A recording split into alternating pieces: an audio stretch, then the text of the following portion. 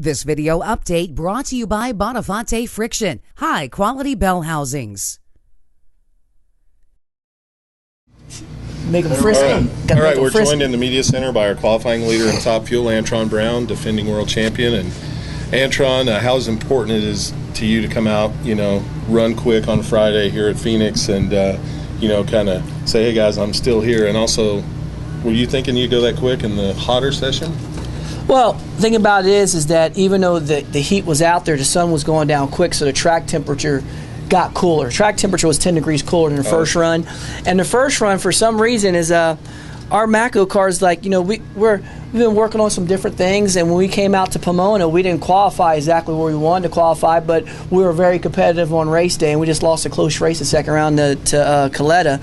And when we came here, we just want to get back. And the first run, for some reason, the car was aggressive again, and then Brian and Mark and the rest of our crew guys, they put their heads all together and say, man, this thing's just acting different. And we have a new clutch guy, and we just got to get his bearings. We have to get the feel for what he does. He does everything consistent, but we just got to get our whole leverage and level right for everything to work right. And then what we did was he just looked at it and said, why is our car so aggressive? It's never been aggressive in 60 foot. And we've been like that every run this year so far. And that run there, we backed it off the 60 foot, but left everything else alone like we were trying to run the first run. So the car went down there and did exactly what we wanted to do. The 60 foot was still good, so it tells you, where we were at, like how aggressive it was, and we still need to come back a little bit more to get into the zone that we're used to running in. So we're just going to keep on building upon that, but it felt good to sneak out with that second round. We thought that somebody would run better than our 76. We were the first pair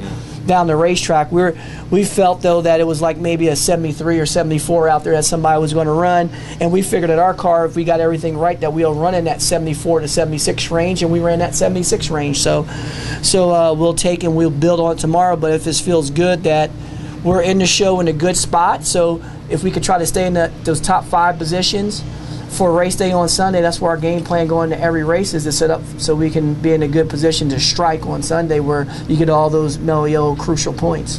Does anybody have a better log book at this track than you and Tony Schumacher? We got some rounds at this book, and I think we've been going back and forth sharing it. You know what I mean? And going back and forth. But hey, whatever it be, I mean, if we can line up, there's a lot of tough cars out here, but the Army team's car's been running strong. And I tell you what, to get to that final, and if you want to get a race win, I guarantee you're going to have to race them sometime throughout this race event to get the job done if you're going to win it.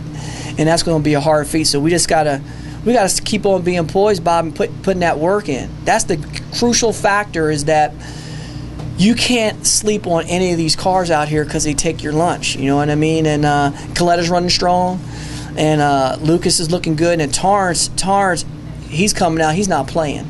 He is not playing right now, and we're seeing all this stuff. And Terry McMillan, he's throwing great blows out there. You know what I mean? His car's coming around, and so we're coming in. Our work is definitely cut out for us to defend this title this year, but we're ready to put that work in.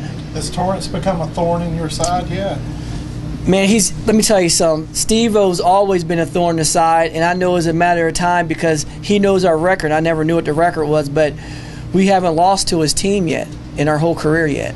So it's been close racing. He had us, but he just messed up on his end of the spectrum. And trust me, every time I'm racing, I know my time is numbered. He's going to clean our clock. So, but we're not going to give it to him. We're going to go up there and give him everything we got, like we do each and every time.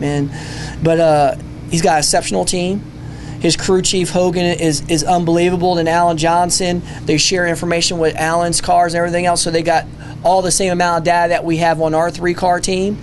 So with that being said, that makes it a lot more tougher out there where you have a lot more competitive teams. Let's talk about the future of drag racing. I looked at some of the ratings for the Fox broadcast, and it was up for the first episode. How does that make you feel as a drag racer looking to the future? It feels good, especially where I'm at in my career right now, and this is our livelihood. All the crew guys, crew chiefs, myself, and everybody else, this is our livelihood. And to be in the prime of your career and you see in your sport go to that next step, not declining but inclining, like growing and doing the necessary things, and everybody's in it together.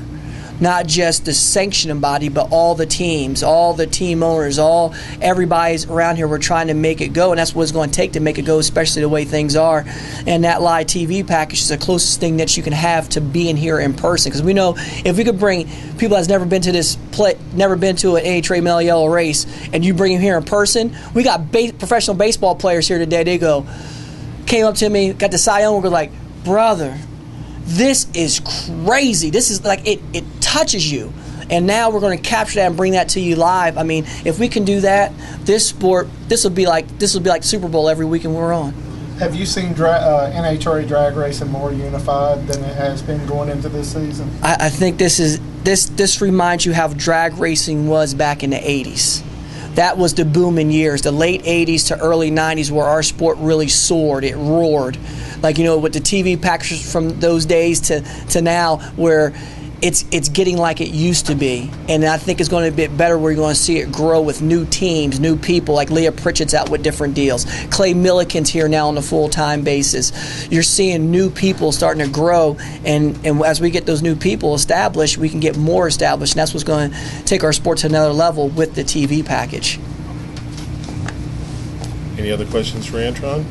Antron, you talked about your car being aggressive at 60 feet. Did it get to a point to where it was so good at 60 feet you guys were uncomfortable with it? Well, it's not just being so good in 60 feet, it's just seeing the wheel speed characteristics on the graph on the computer. We're looking at, and we're using our car always, like our car, we always had a set where we always had good 60 foots. I'll say between that 6 to 3 spot and 60 foot. And occasionally you might be number 1 or number 2, like when we're going after at nighttime. But it never had aggressive shaft look where it's like out of control, where it's going to smoke the tires right at the step of the throttle. And our car always made it up around 250 to 300 feet, where our car made a strong move. You know what I mean? And we're like, where'd this come from? It's different, but when you have a different person that comes in the equation doing something different that your team's not used to, it changes the whole dynamic of your team, and you just got to figure out your balance.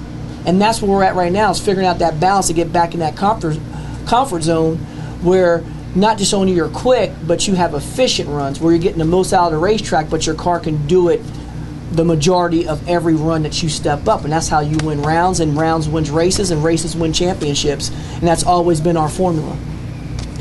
So you've won this race 3 times. You've never been number 1 qualifier here, which I was surprised. But really? Do you think the 76 is going to be enough to get you your first number 1 here? No. I mean, honestly, I think tomorrow what happens is the dry air out here, even though we have sun on the racetrack, the track always runs like it's a 10-degree cooler track than when it shows. When it was a 120-degree track, those guys were running numbers on it like it was a 105-degree track. You get what I mean? That's what happens out here in Phoenix because of the dry air. And I think as we run, the track's even going to get better tomorrow, even though the temperature might ease up. So I can see, I mean, you got funny cars running 393, 395. That puts us where if somebody sneaks a good run out and they get all the goodies, that's a 73, 74. We're about 2/10 quicker than what a funny car can run. So I see, I mean, I'll be very surprised if that 76 hold up, because I know we're going to try to run harder than that to pick up the pace tomorrow.